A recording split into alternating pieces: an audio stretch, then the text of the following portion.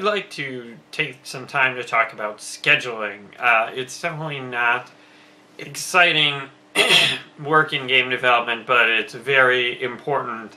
And it's something that everyone, myself included, is bad at. It is extremely hard to schedule any sort of game project. And a lot of it comes down to, finding fun makes scheduling very difficult. But in general, any sort of software project is very tough to schedule. And there's great texts on this. The Mythical Man Month, read it in college. It's funny because if you look at the Mythical Man Month, it's about IBM's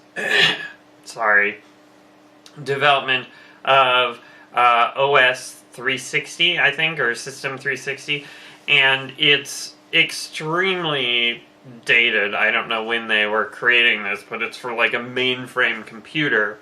And so the mistakes and the problems they ran into back then and the problems we run into now on game projects are the same. And there's talk about scrums and agile development and whatnot, but I don't think anyone's really solved the problem.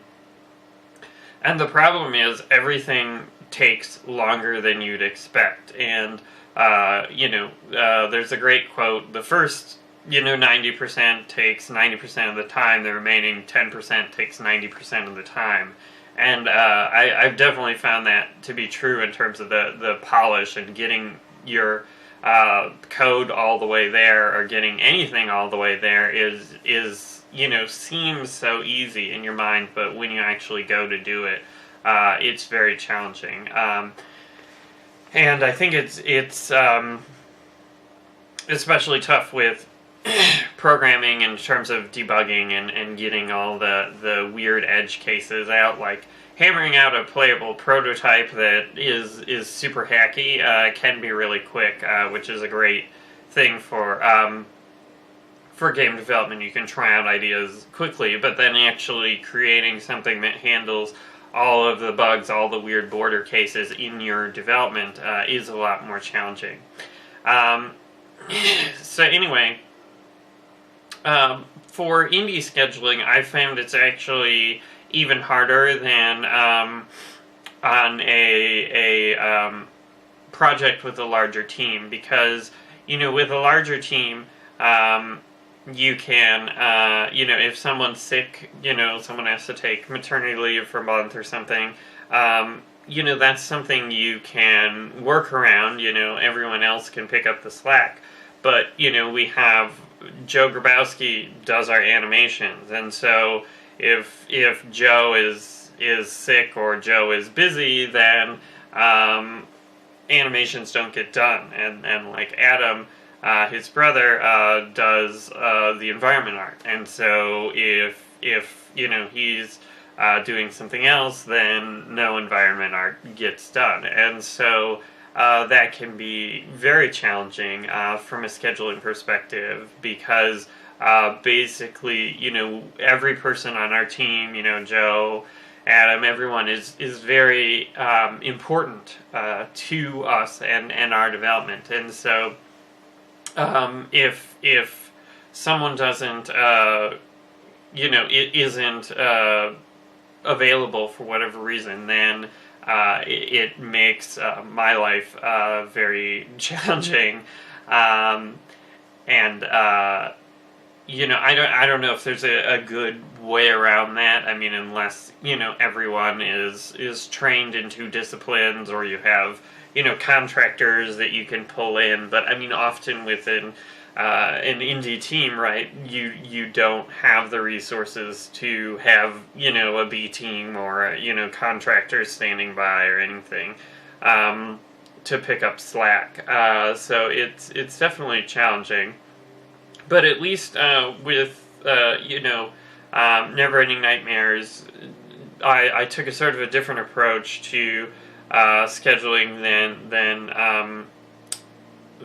on Retrograde, where because my business partner on Retrograde really smartly pointed out, there wasn't a point during our for your development where we could have just put it in a box and shipped it. So I think the idea for scheduling is you should structure it around getting your game to a version where you could, comfortably ship it or ship it as soon as possible.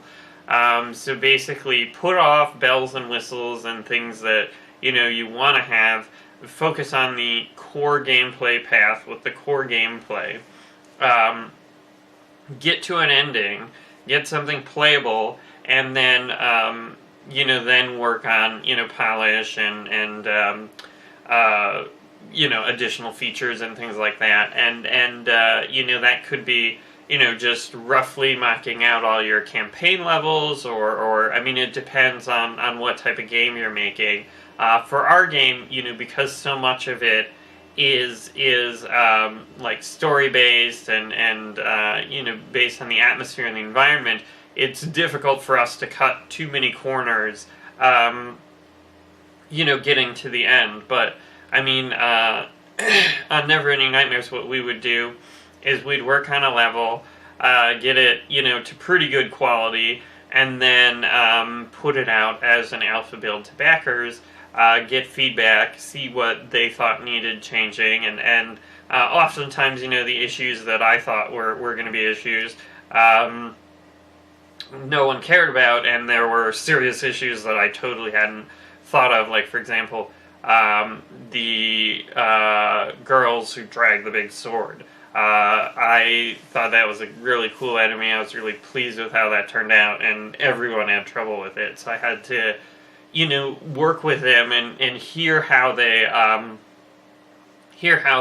encountered those enemies, hear what they thought, how they thought it was going to work, and then try and change them to work in that context. So there's actually like 4 or 5 different triggers in which they'll disappear, and I worked that out with the backers based on what they tried to do. So sometimes I actually had people, give me a little walkthrough video where they would encounter it, and they would describe what they did. Sometimes it was actually not the first time they played. They actually, tried to remember what they did and went through the motions, and so that was helpful, really helpful to me. And so I think, getting, a good slice of your game, as much of your game done, and getting people playing it as soon as possible is really important. And sometimes that's, not till the very end, but if that's not till the very end, you really should be having people play the portions that they can, because, player feedback, I think, is the most important thing in terms of, improving your game, and so since scheduling is very, very difficult, you want to arrange your schedule such that you can get player feedback as early as possible and as often as possible.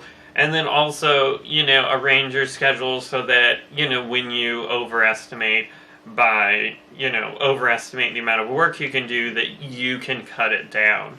And that worked really well with Neverending Nightmares. So Neverending Nightmares, the original idea I had was there were going to be like a ton of levels, but they were basically going to be remixes, just changing little things here and there of existing content. And as we actually made the game, I realized that idea was dumb.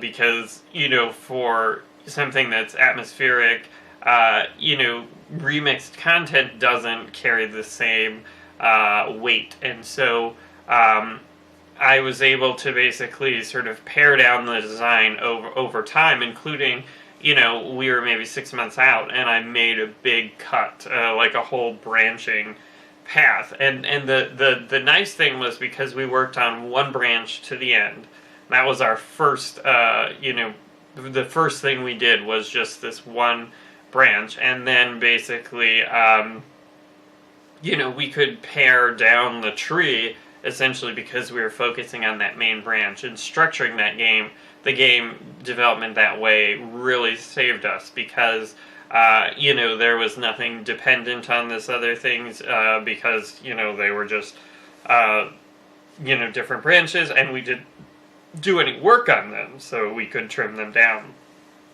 So I mean, and in general, I think the branching narrative was a bad idea in terms of, you know, how it was received, unfortunately. So probably I wouldn't structure a project like that again, but you know, I might try and, you know, make a certain number of levels to the end, and then insert levels that I want to get in, but maybe don't have time in afterwards. And I haven't tried that yet. That might be actually challenging, but it's something I'm thinking about.